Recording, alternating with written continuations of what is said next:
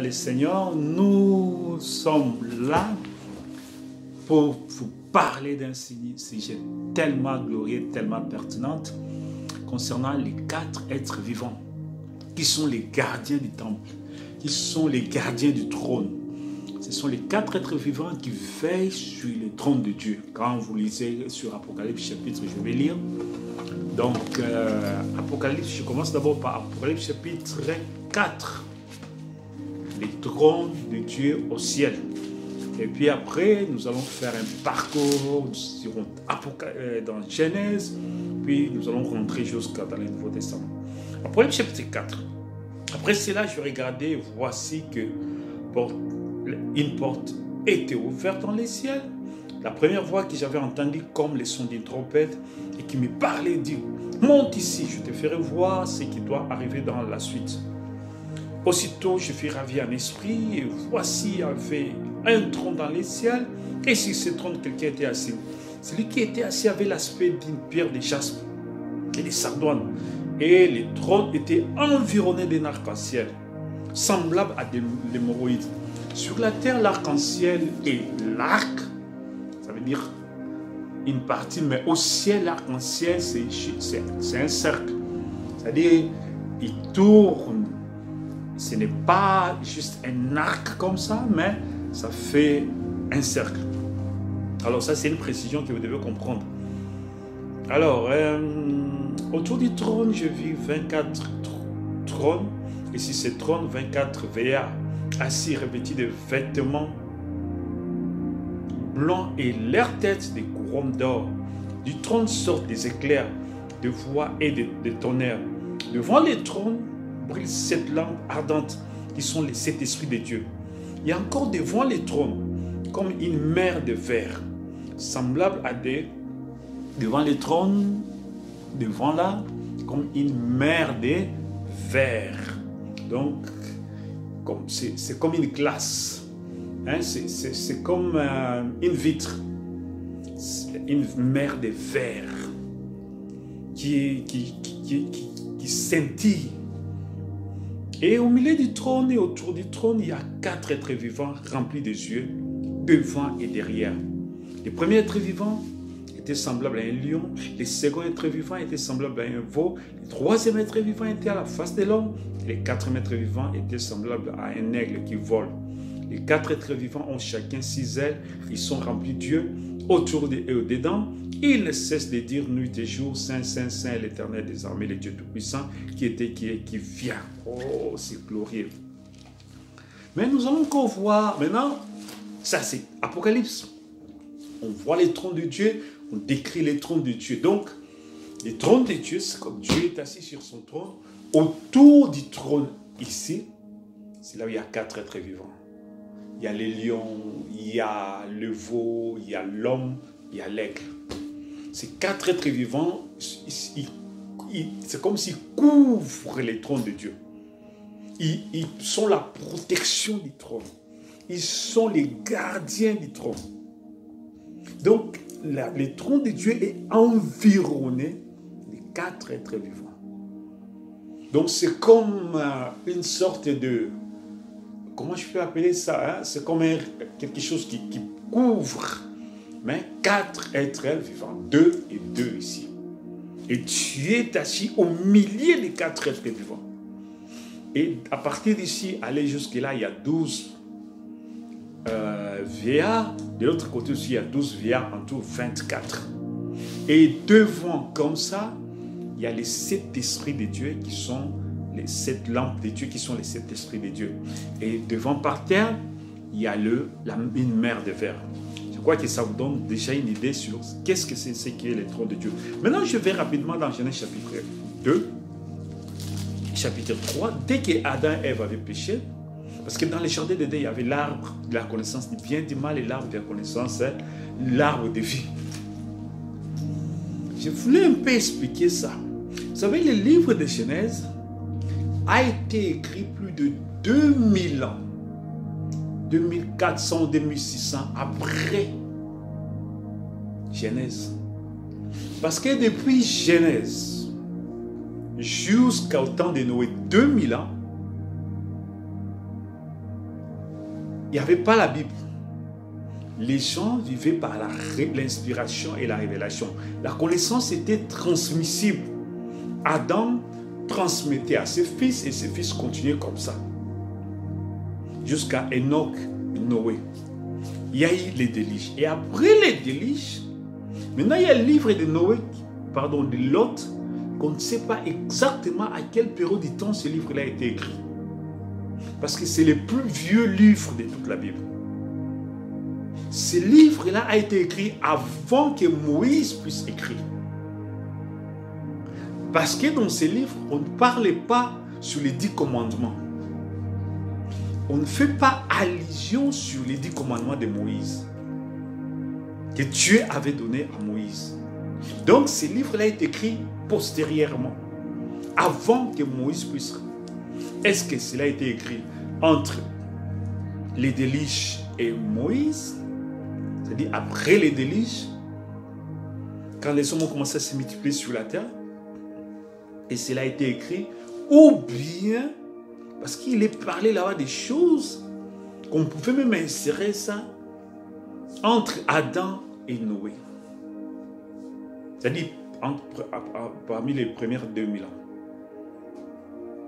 Parce que ceux qui sont dans la révélation peuvent comprendre dans l'autre chapitre 1, vous allez voir qu'on dit qu'il y a une réunion au ciel, Dieu a rassemblé ses enfants, et puis Dieu tenait la réunion, et puis il demande, et Satan aussi s'est présenté dans cette réunion-là, il dit, qu'est-ce que Dieu vient? Il dit, non, je viens de la terre, de me promener, il dit, n'as-tu pas vu mon serviteur Job? Il est intègre, il est juste, il n'y a pas quelqu'un comme lui. Ouais, c'est comme si Job a vécu une période où il n'y avait pas des églises, où la connaissance de Dieu était transmise dans une lignée. Et par rapport à cette lignée-là, que Job aussi a reçu cette connaissance, cette révélation. Et c'est cette connaissance qui a fait qu'il puisse garder, il a aussi transmis ça à ses enfants. Donc on ne sait pas exactement à quel point on peut situer Job. Je parle de l'autre, pas l'autre Job. Les livres de Job, c'est les plus vieux livres de l'histoire. On ne sait pas exactement à quel point on peut les situer.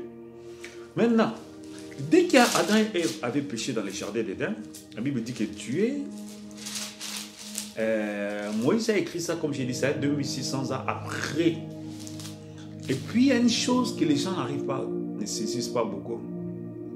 C'était une vision, c'est-à-dire quand Dieu l'a amené Moïse 40 jours sur la montagne, il est entré dans la nuée, Moïse a commencé à voir la vision de la création.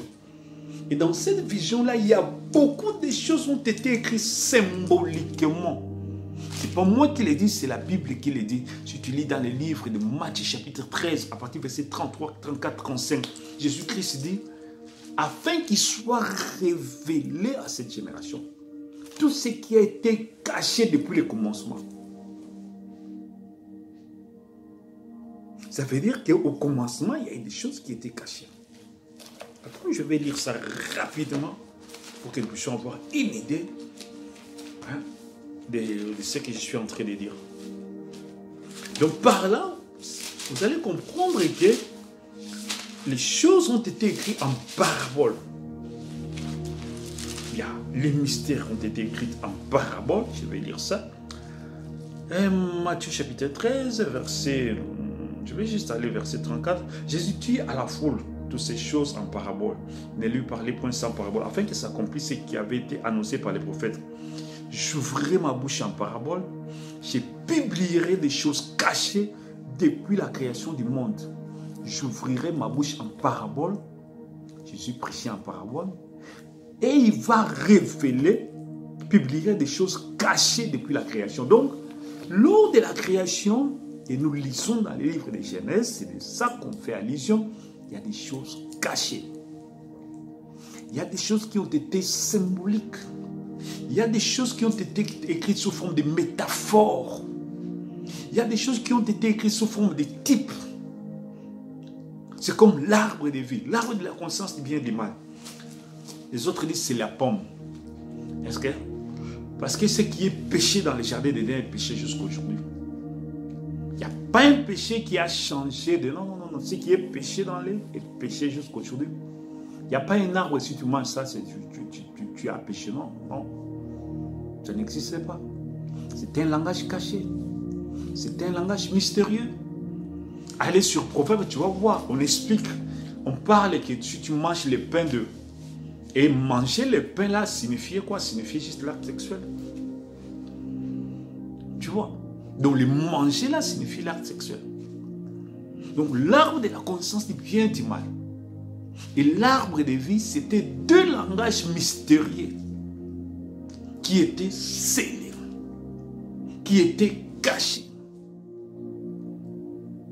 Parce que Dieu leur avait interdit d'approcher cet arbre-là, de ne pas manger ses fruits. Tu vois? Et après, moi je ne parle pas de ça aujourd'hui, c'est que je parle ici sur les quatre êtres, les chérubins qui sont les quatre êtres vivants. Et après avoir mangé, ils vont entendre la voix de Dieu qui circule les jardins les soirs. Attends, je vais lire. Alors, ok, je commence au verset 6. La femme vit que l'arbre était bon à manger, agréable à la vue, et qu'il était précieux pour ouvrir l'intelligence. Elle prit de son fruit et il en mangea. Il la donna aussi à son mari qui était auprès d'elle et il en mangea. Quand tu lis ça, c'est comme si ça s'est fait pam pam.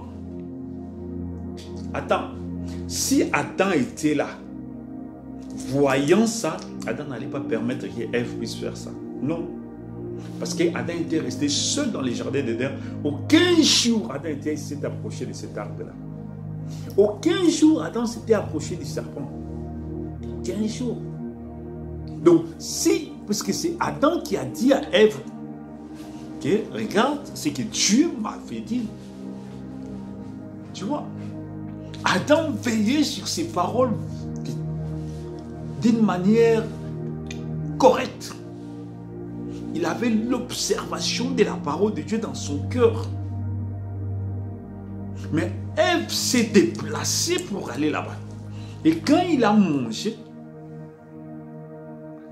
quand il est venu chez Adam, Adam les regardant comme ça, il a vu que non, c'est fini pour Ève. Quand Dieu va venir le soir, c'est fini pour Ève. Tu vois? Adam, et quand tu lis, tu crois comme si ça s'est fait, hein, juste une seconde, et puis après ça, ils ont vu Dieu venir. Non, non, non, non, non, non. Ça s'est passé, il y a eu du temps qui s'est passé. Il y a eu du temps qui s'est passé. J'ai dit et je répète encore, il y a eu du temps qui s'est passé. Et après, Ève est venue voir Adam, ils ont causé. Il lui a expliqué ce qui s'est passé, ce que le serpent a fait de lui. Alors, Adam, il a compris que non, quand tu vas venir, il va détruire Ève et je vais rester seul. Maintenant, Adam a accepté de mourir avec Ève. Il a dit comme ça, donc, manger cet arbre-là, c'est ça ce que vous avez fait. Il a dit, oui, voilà ce qui m'est arrivé. Il a dit, ok, moi aussi je vais manger pour que nous puissions mourir ensemble. C'est ce que Christ a fait sur la croix. Il est devenu péché afin que nous devenions justice pour Dieu. Il a pris notre place. Il est devenu nous afin que nous devenions lui. Il a accepté notre péché, notre position, notre situation. C'est ce qu'Adam aussi avait fait. Il a accepté de mourir avec sa femme. Christ aussi a accepté de mourir avec nous. Voilà pourquoi le baptême, c'est tu es baptisé dans l'eau au nom de Jésus, tu es ressuscité au nom de Jésus. Mort avec Jésus-Christ et ressuscité avec Jésus-Christ. Le baptême, ce n'est pas le Père, Fils, Saint-Esprit, non. Le baptême, c'est au nom de Jésus-Christ. Tu es baptisé avec Jésus, tu es ressuscité avec Jésus. Ça veut dire, tu es mort avec Jésus, tu es ressuscité avec Jésus.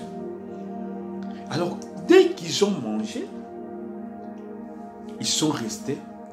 C'est là maintenant qu'ils ont constaté que non, quelque chose nous a quittés. Quelque chose nous a quittés. Et ils ont maintenant commencé à aller, ils se sont retrouvés nus. Ils sont allés chercher des feuilles pour chercher à se couvrir. Du coup, ils sont et vers les soirs, parce que chaque soir, Dieu descendait dans les jardins d'Éden. Ils ont entendu la voix de Dieu qui venait. c'est quand Dieu vient, Élie était, quand nous lisons le livre des rois, quand Élie est entré dans les grottes, il a entendu le feu qui est passé, il est resté dans sa grotte, il a entendu les coups de tonnerre, il est resté dans sa grotte, il y a eu les vents, il est resté dans sa grotte, mais quand il attendait un murmure doux et léger, un murmure doux et léger, il a dit non, ça c'est Dieu qui s'approche. Et c'est ce qui s'est passé dans le jardin d'Éden. Quand ils ont entendu un murmure doux et léger qui venait, ils ont dit que c'est Dieu. Parce que devant Dieu, il y a ces murmures doux et légers. La Bible s'interprète par la Bible. Tu ne peux pas prendre un verset biblique, prendre les dictionnaires, chercher. Chaque mot a plusieurs explications. Chaque mot a plusieurs interprétations. On peut l'interpréter dans chaque tel domaine. Dans n'importe quelle circonstance, on peut utiliser tel mot pour expliquer une autre chose. Quelqu'un peut dire, oh, j'ai brûlé tout mon argent. Ça ne veut pas dire qu'il a pris l'argent, qu'il a brûlé, non. Et ensuite, tu prends les dictionnaires pour aller chercher brûler, ça veut dire quoi? Ça veut dire allumer par le feu. Et puis tu viens, tu tapes à côté. Les brûler, là, veut tout simplement dire qu'il a gaspillé l'argent. Mais on a utilisé le verbe brûler, mais dans un contexte bien précis. Et c'est ça, c'est qui la Bible est le langage codé de Dieu. Dans des contextes bien précis, il faut être dans la pensée de Dieu, dans la divinité, dans l'esprit de Dieu pour saisir et comprendre ce que Dieu veut parler. Sinon, tu ne comprendras absolument rien. C'est ce qui se fait aujourd'hui. Les gens interprètent la Bible par l'intellectualisme. Ils tapent à côté. La Bible s'interprète par la Bible. Quand tu vois quelque chose, allez chercher. Tu trouveras quelque part que Dieu a interprété cela. Alors, les soirs, peut-être ils ont péché vers le matin. Et maintenant, les soirs, ils attendent la voix de Dieu. Les murmures doux et légers qui s'approchent. C'est Dieu qui est en train de venir. La Bible dit, ils sont allés se cacher derrière les arbres parce qu'ils sont nus. Et Dieu vient. Il y avait un lieu de culte dans le jardin d'Éden. Il y avait un lieu d'assemblée, c'est-à-dire un lieu de rassemblement dans le jardin d'Éden. Il y avait un lieu où chaque fois Adam et Ève se retrouvaient là. Et quand Dieu venait, que j'ai appelé le lieu de culte, il venait dans l'adoration. Il venait communion avec Dieu. La communion, c'est parler. Dieu venait leur parler, leur expliquer les choses, leur parler sur la parole de Dieu. Il y avait un endroit comme ça dans le jardin d'Éden. Maintenant, Dieu est arrivé au lieu de culte. Adam et Ève n'étaient pas là. Adam et Ève étaient absents. Et Dieu appelle Adam, Adam, où es-tu? Question numéro 1. Est-ce que Dieu ne savait pas qu'Adam et Ève avaient péché? Non. Est-ce que Dieu ne savait pas où se cachait Adam? Dieu savait. Dieu savait. Il pouvait aller droit là où ils sont. Il pouvait même descendre chez ceux là où ils étaient. Mais non. Dieu, c'est un Dieu d'ordre. Il veut que ça sorte de ta bouche. Il veut que toi, tu parles ce que tu as fait. Il te pose la question. Il fait semblant comme s'il ne connaît rien. Mais il veut que toi, tu parles. Voilà. Et si toi, tu ne parles pas, ne pense pas que lui, il a oublié. Non, non, non, non. Il y a dans des églises où on presse les gens parce que le péché a tellement duré que tu as oublié. Ça, si tu n'as jamais confessé ces péchés-là, sache que Dieu n'a jamais oublié. C'est comme une femme mariée qui un jour a quitté son mari et est allée coucher avec un autre monsieur. Il garde ça. Aussi longtemps qu'il garde ça, il ne confesse pas à son mari. Ça, le péché là est là. Et s'il meurt, il va aller en enfer. S'il meurt, il va aller en enfer à cause de ces péchés-là. Il doit confesser ça à son mari. Si c'est l'homme, il doit confesser ça à sa femme. L'homme quitte sa maison, il part là-bas, il couche avec une fille, une soeur. Il garde ça. Non, non, non, non, non. Tu dois confesser ça. Même si ça fait 100 ans, tu dois confesser ça. Sinon, ça va te accompagner à l'enfer. Aussi longtemps que tu n'as pas confessé, ce n'est pas effacé. Dieu n'efface pas les péchés parce que ça a tellement duré. Non, c'est la confession. Il faut confesser ça dans le sang de Jésus. Et il y a des péchés qui demandent réparation. veut dire il faut confesser ça chez ta femme, à ton mari, voilà. Mais si tu gardes ça, et tu peux avoir d'autres hommes de Dieu qui n'ont pas la vision de Dieu, qui n'ont pas la révélation de Dieu, il faut te dire, ne t'en fais pas, c'est déjà passé, oublie ça. Oh non. Même si cela va remettre en cause ton mariage, mais tu vas confesser ça. Si tu as pris d'abord un temps, tu as gêné, tu as demandé pardon à Dieu, tu as prié, tu as prié pour ton partenaire, quand tu viens lui parler, il sera dessus complètement, mais il va te pardonner, va te donner une seconde chance. Il ou elle va te pardonner, va te donner une seconde chance. Dieu va agir sur ça. Il va dire comme ça, tu lui promets que je ne ferai plus ça. En tout cas, je te promets, je ne ferai plus ça. Et Dieu va agir là-dedans. Alors maintenant, Dieu, il va demander, Adam, Adam, où es-tu? Adam dit, l'homme répondit, l'Éternel Dieu, attends, je commence d'abord au verset 9, mais l'Éternel Dieu appela l'homme et lui dit, où es-tu? Il répondit, j'ai entendu ta voix dans les jardins et j'ai eu peur parce que je suis né, et je me suis caché. L'Éternel Dieu dit, qui t'a appris que tu es né? Est-ce que tu as mangé de l'arbre dont je t'avais demandé de manger? L'homme répondit, est-ce que quand Dieu posait ça, Dieu ne savait pas? Il est l'omnipotent, l'omniscient.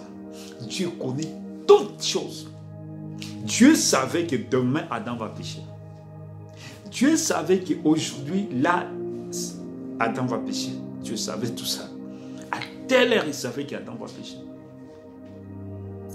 Dieu savait ça. Mais Dieu, comme j'ai dit, Dieu veut que ça sorte de ta bouche. Que ce soit toi qui parles. Il dit, l'homme répondit, la femme que tu as mise auprès de moi, qui m'a donné de l'arbre et j'en ai mangé. Or, l'Éternel Dieu dit à la femme, pourquoi tu fais cela? La femme répondit, le serpent m'a séduit et j'en ai mangé. Or, le serpent m'a séduit.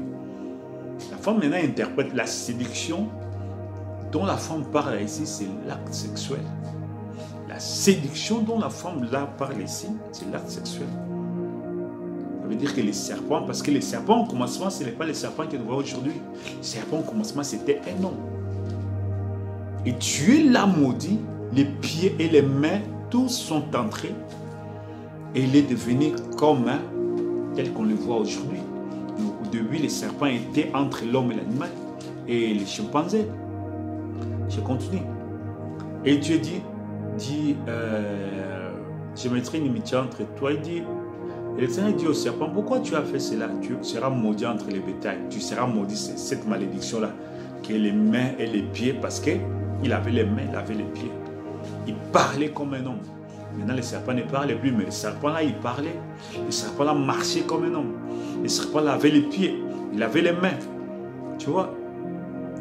Et l'Éternel Dieu dit à la femme, pourquoi, 14, l'Éternel Dieu dit au serpent, pourquoi tu as fait cela? Tu seras maudit entre tous les bétails, entre tous les animaux des champs.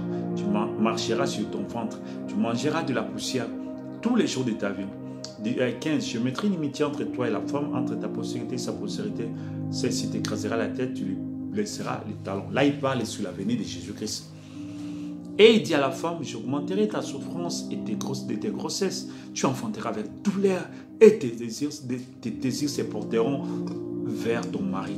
Il dominera sur toi. Depuis ces jours-là, Dieu a ordonné que l'homme domine sur la femme. Au commencement, dans le jardin d'Éden, comme la femme était égale. Mais quand le péché est entré par la femme, Dieu a donné cet ordre jusqu'à la fin de cette dispensation. Ça veut dire quoi? Jusqu'à l'enlèvement, jusqu'à ce que nous allons rentrer à l'éternité. Après les milléniums, au millénium, l'homme dominera toujours sur la femme. Après les milléniums, parce que les milléniums c'est le 7e jour, quand nous allons rentrer au 8e jour, c'est dans ces moments-là que toutes ces lois-là vont disparaître. Alors, j'augmenterai tes souffrances, tu enfanteras avec douleur l'homme, ton mari, tes désirs se porteront vers ton mari, mais il dominera sur toi. Il dit à l'homme, puisque tu as écouté la voix de ta femme et que tu as mangé de l'arbre au sujet duquel je t'avais donné cet ordre, tu ne mangeras point. Les sols seront maudits à cause de toi. C'est à force de peine que tu en tireras ta nourriture tous les jours de ta vie. il te produira des épines et des ronces. Avant, il n'y avait pas des épines et des ronces, non. C'est à partir de ça que les arbres ont commencé à produire des épines et des ronces, qui voulaient aussi dire des maladies et le reste des choses. Il a dit les démons, hein, cela va libérer les démons ici sur la terre. Avant, ils ne pouvaient pas toucher aux hommes, c'est-à-dire ils ne pouvaient pas aller infecter les hommes par les maladies et le reste des choses, non. Ils ne pouvaient pas. Donc derrière les ronces, hein, il y a beaucoup de choses que Dieu avait dit là. C'est-à-dire toutes les malédictions qui sont arrivées aujourd'hui sur la terre.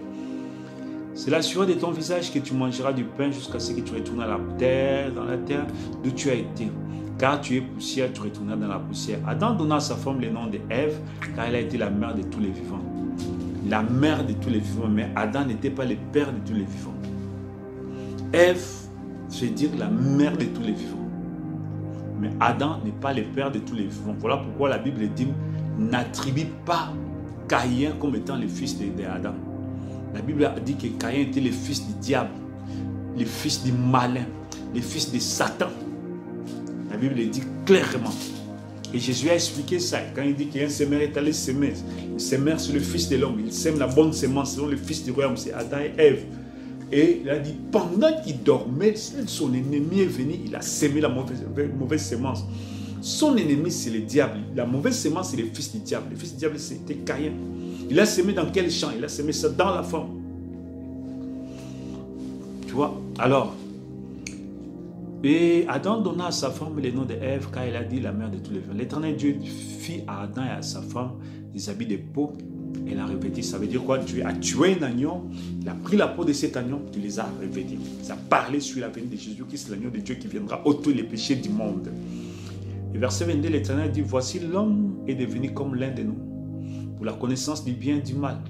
Empêchons-le maintenant d'avancer sa main, de prendre de l'arbre de vie, de manger et de vivre éternellement. Et l'Éternel Dieu les chassa. Alors je vais expliquer là-bas. L'arbre de vie n'était pas un arbre là debout comme ça, non. L'arbre de vie n'était pas un arbre là comme ça debout. Non, non, non, non, non. Que tu peux aller, tu manges les fruits, tu vis éternellement. La vie éternelle, c'est la vie de Dieu. C'est Dieu qui a la vie éternelle. Pour avoir la vie éternelle, il faut que la vie de Dieu vienne à toi. En dehors de Dieu, tu ne peux pas avoir la vie éternelle. Je dis, je répète encore. En dehors de Dieu, tu ne peux pas avoir la vie éternelle. C'est la vie de Dieu. Le Saint-Esprit, c'est la vie de Dieu. C'est l'essence même de Dieu. C'est la personne même de Dieu. C'est l'identité même de Dieu. C'est la divinité elle-même. Quand ça vient en toi, c'est en ces moments-là que tu as la vie éternelle. Tu ne peux pas avoir la vie éternelle de soi-même. Non, non, non, non, non, non. En dehors de Dieu, il n'y a pas de vie éternelle. Il faut que Dieu entre en toi, c'est-à-dire tu vois Dieu. C'est comme l'océan, tu vois Dieu en toi, la divinité entre en toi, alors c'est comme ça que tu as la vie.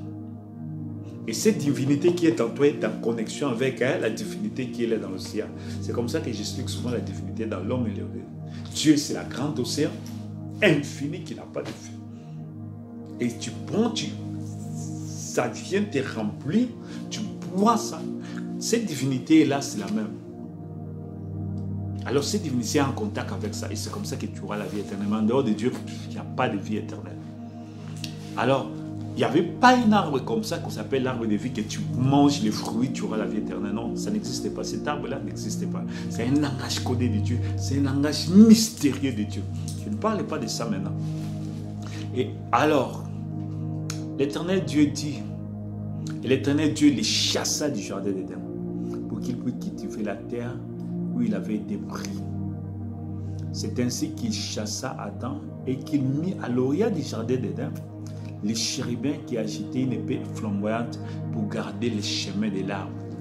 C'est là où est mon enseignement. Dieu les a fait sortir du jardin d'Éden. Les chérubins protecteurs qui sont les 4 êtres vivants. Les chérubins que Dieu avait placés là-bas, ce sont des chérubins protecteurs qui sont les 4 êtres vivants. Ce sont ces chérubins-là qui gardaient l'arbre de vie. Quand Adam a péché, Adam n'avait plus droit à l'arbre de vie. C'est un langage mystérieux. C'est un langage mystérieux. Dieu les a chassés du jardin d'Éden. Et quand Dieu les a chassés du jardin d'Éden, les jardins d'Éden aussi est rentré au ciel. Les jardins d'Éden qui étaient sur la terre ici en Afrique étaient rentrés au ciel, avaient disparu. Les chérubins protecteurs. Nous avons lu dans l'Apocalypse que le trône de Dieu est environné des chérubins protecteurs, qui sont les 4 êtres vivants.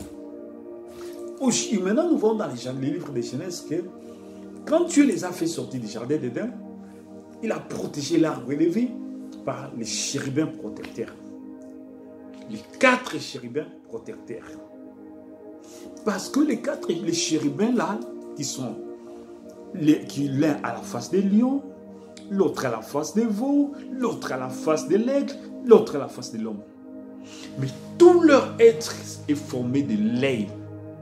C'est-à-dire, ils sont l'œil à l'intérieur, à l'extérieur, derrière, devant. C'est comme ça qu'ils sont ces chérubins-là. Tout leur être, c'est l'œil. Il peut voir devant, il peut voir derrière, il peut voir. Et les 4 chérubins, c'est l'onction. Là encore, c'est tellement profond. L'onction des 4 êtres vivants. Il peut voir devant les présents, à l'intérieur, devant le futur, à l'intérieur, les présents, derrière les passés. Ça, c'est la capacité. Ils peuvent aller voir, c'est-à-dire décortiquer, aller fouiller dans les passés. Ils peuvent voir les présents, ils peuvent voir les futurs.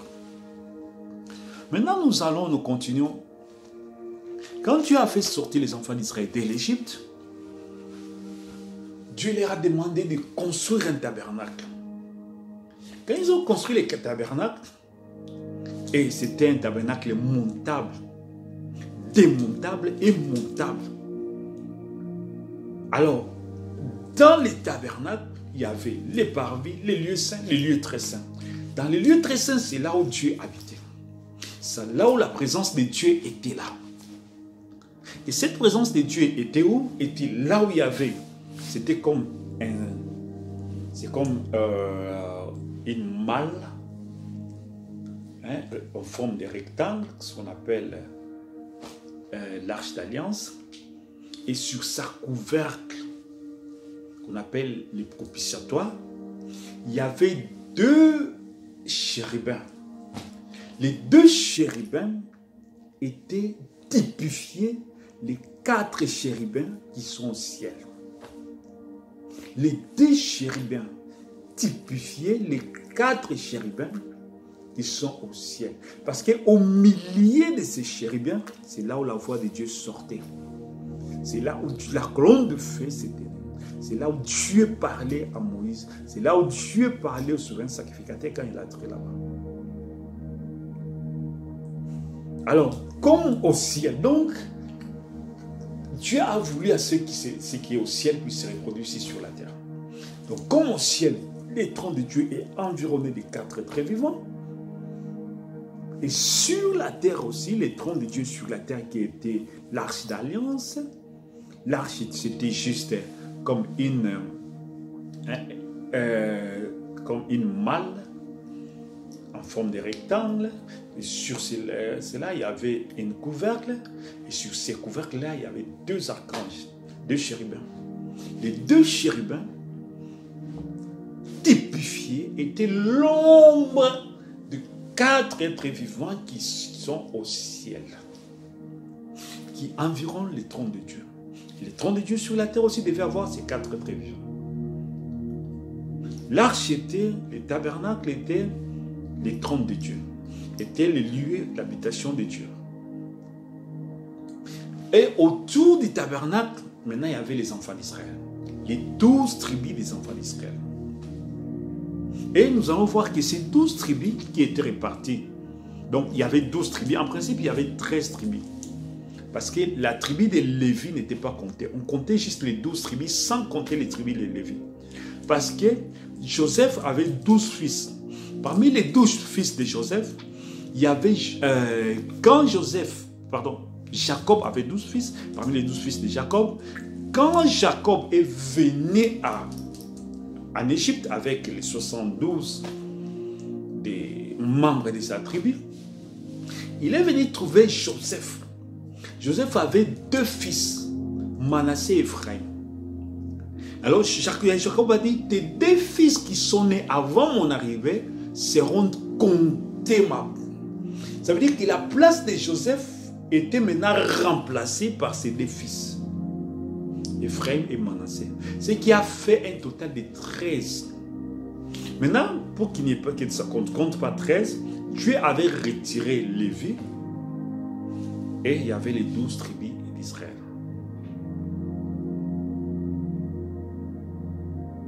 Donc, maintenant les 12 tribus d'Israël étaient divisées par 3 divisé par 4, ça fait 12. Pardon, fois 4, ça fait 12. 3 fois 4, ça fait 12. Les premières ici, c'était quoi? C'était les premiers corps qui s'élevaient quand ils campaient au campement. La Bible dit ceci. Les enfants d'Israël campement, ça dit, je suis dans Nombre chapitre 2. Les enfants d'Israël campaient chacun près de sa bannière. La bannière de Juda était les lions, sous les enseignes de la maison de ses pères. Ils campèrent vis-à-vis, autour de la tente d'assignation, la tente d'assignation au milieu, devant, derrière, à côté, à gauche et à droite. À l'orient, les camps de Juda, avec sa bannière, avec ses corps. Donc les camps de Juda, c'était à l'orient parce qu'ils quittaient l'Occident, ils allaient vers l'Orient. Donc ça veut dire celui qui était devant, c'était les Juda avec tout son corps, tribu de Juda devant. Et après la tribu de Juda, c'était quelle tribu? C'était Issachar. Et après Issachar, c'était Zambulon. Juda, Issachar, Zambulon. 3 devant.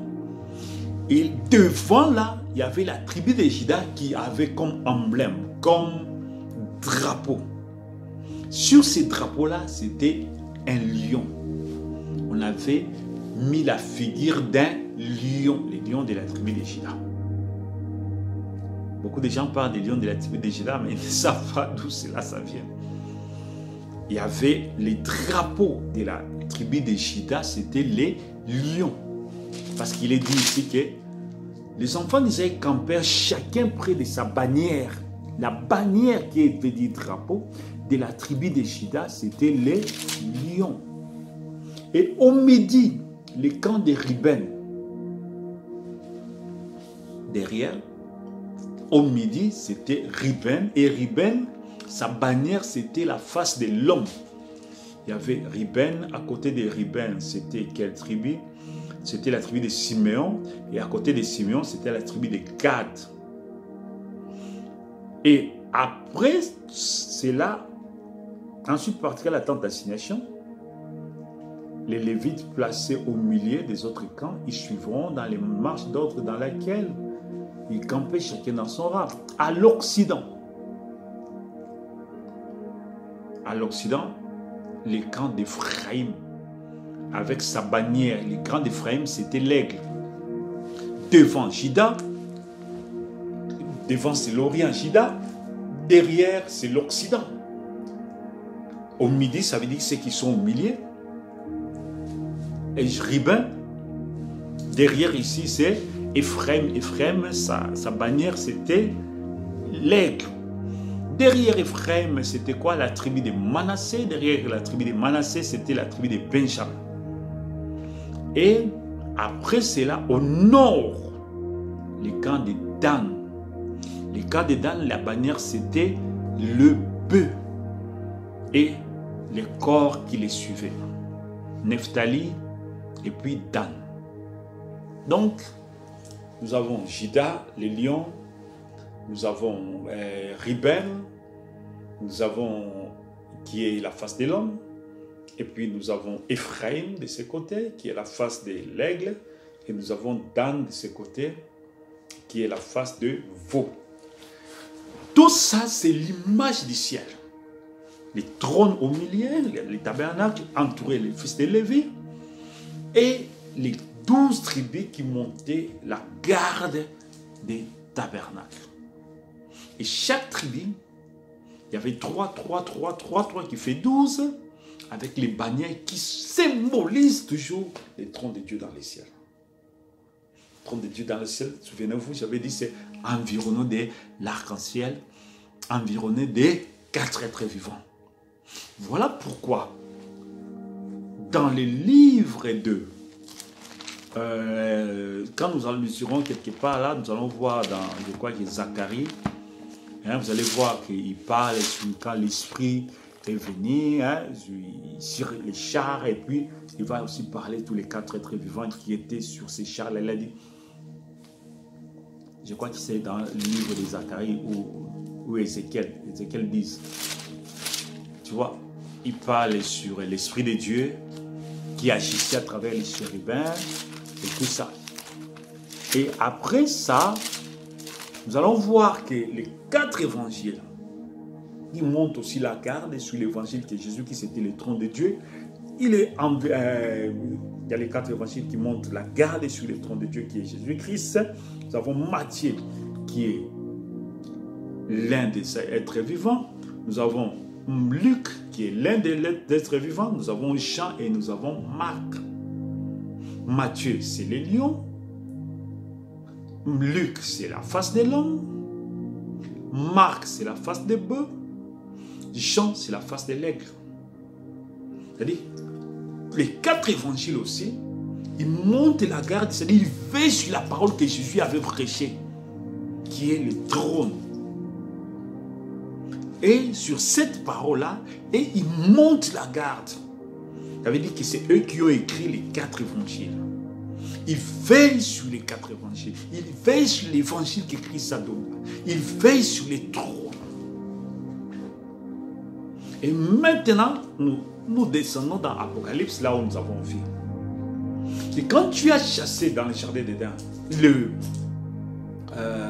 Adam et Ève, il a placé les 4 êtres vivants pour veiller, pour protéger. Maintenant, la rédemption qui est la possession légale de tout ce que Adam et Ève avaient perdu depuis la chute, ça veut dire que Adam était ici, il est tombé. La rédemption, c'est le retour au commencement. Au retour, Dieu restaure d'abord ce que Adam avait perdu. Il commence d'abord quoi? Les 4 êtres vivants qui sont là pour veiller. Parce que c'est eux qui veillent.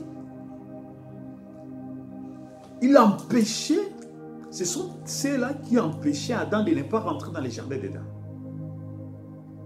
Qui ne devaient pas aller toucher l'arbre de vie. Mais cette fois-ci, maintenant, nous voyons les 4 évangiles. Ça veut dire les 4 êtres vivants sont venus. Et à la Pentecôte, c'est l'arbre de vie qui est à nouveau planté sur la terre. Pour que l'on puisse avoir accès à l'arbre de vie. Pour que l'on puisse soit restauré dans le processus de la restauration, dans les retours dans les jardins d'Éden. Il y a les 4 êtres vivants avec l'épée flamboyante qui sont l'aigle, l'homme, la face des lions et la face des veaux pour empêcher l'homme. Mais Christ est venu avec les 4 êtres vivants, Matthieu, Marc et Luc, Jean. Et Marc. Matthieu, Marc, Luc, Jean. Donc, comme les 4 êtres vivants sont restaurés, automatiquement à la Pentecôte, l'arbre de vie qui est le Saint-Esprit devait être restauré dans l'homme. Ça, c'est le premier aspect sur la révélation sur les 4 êtres vivants. Les 7 âges de l'Église qui a reçu l'onction des 4 êtres vivants. Cette onction du lion qui s'est manifestée dans la vie des premiers messagers, c'est-à-dire les 7 âges de l'Église qui sont 7 divisés par 4. Les 2 premiers âges, c'est l'âge des lions. Le 3e, le 4e, c'est l'âge des veaux. Le 5e, le 6e, c'est l'âge de l'homme. Et le 7e, c'est l'âge de l'aigle. L'âge des lions, c'est, nous avons vu comment les lions de la tribu de Juda agissent. C'est l'autorité de la parole de Dieu. Les lions, c'est le roi. Les lions, c'est l'autorité royale. C'est l'autorité de la parole. Nous avons vu l'autorité de la parole à travers Paul, qui est allé prêcher l'évangile. partout pour instaurer le royaume. Parce que les lions, c'est le roi des animaux. Il a prêché l'évangile. C'est l'autorité royale. C'est l'autorité des lions. C'est l'onction des lions qu'il avait oint. Parce que les 4 êtres vivants sont aussi l'onction. Ce sont des esprits. C'est l'esprit de Dieu manifesté sous la forme des 4 êtres vivants. Et ces esprits de Dieu manifestés sous la forme des 4 êtres vivants devaient oindre de l'église. Alors l'onction des lions a pu oindre les premiers âges de l'église et les seconds âges de l'église. Parce que le second âge, c'est la continuité du premier âge. Et après ça, ça dit Paul qui est le premier messager, après Irénée le second messager. Et puis Martin le troisième messager, c'est l'onction des veaux. Parce que c'est l'âge des sacrifices, c'est l'âge où l'Église catholique a persécuté pas mal de chrétiens.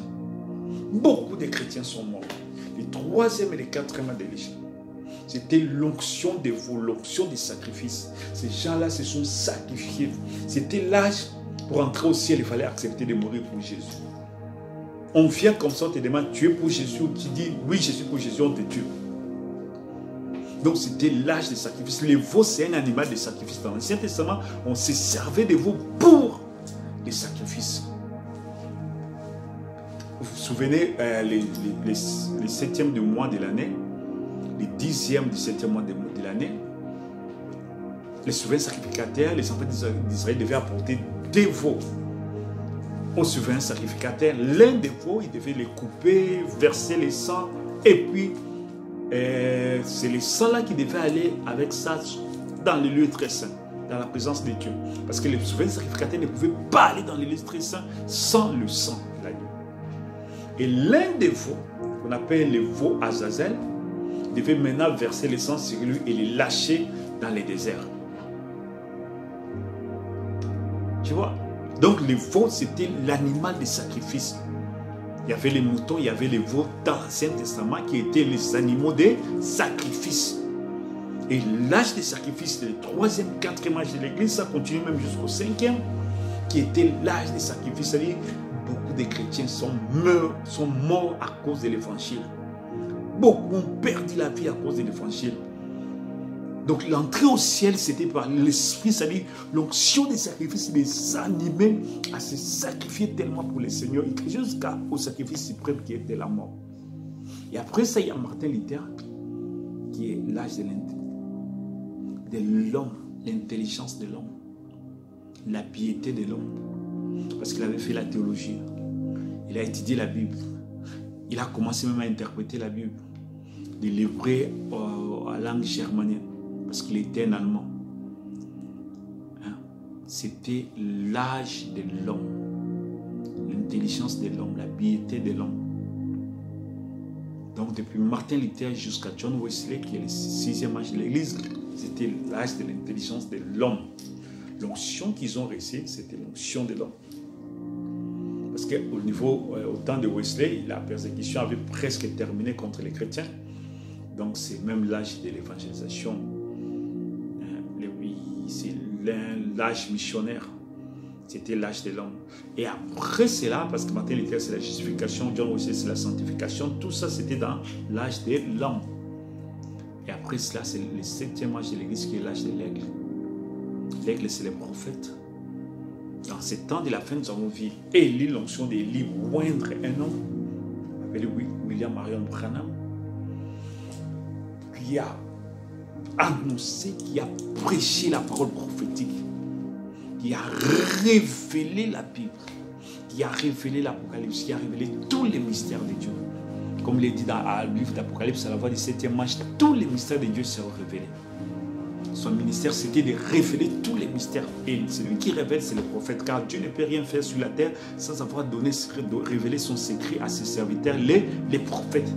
Et c'est les prophètes qui révèlent les mystères de Dieu. Donc le 7e messager, qui a reçu l'onction de l'aigle, avait pour mission de révéler tous les mystères de Dieu. Et aujourd'hui, le 7e âge, puisque Frère Branham a dit, le 7e âge commence de 1900 à 1977, le 7e âge de l'Église est terminé. Nous sommes maintenant à la plénitude de tous les âges. C'est-à-dire, les 4 onctions qui agissent durant les 7 âges de l'Église, l'onction des lions, l'onction de l'aigle, l'onction de veau, l'onction de l'homme, va oindre l'Église. L'esprit des sacrifices.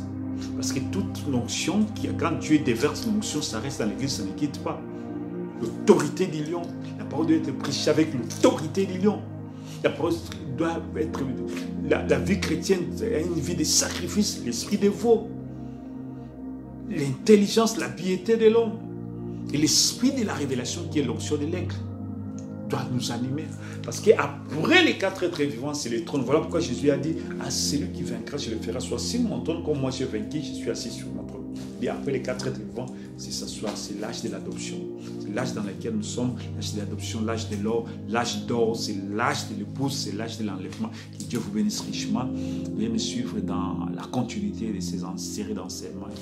God bless you, God bless you, God bless you. Que Dieu vous bénisse. Amen. C'est le pasteur Joshua Exaucé Armani, votre humble serviteur. Que Dieu vous bénisse.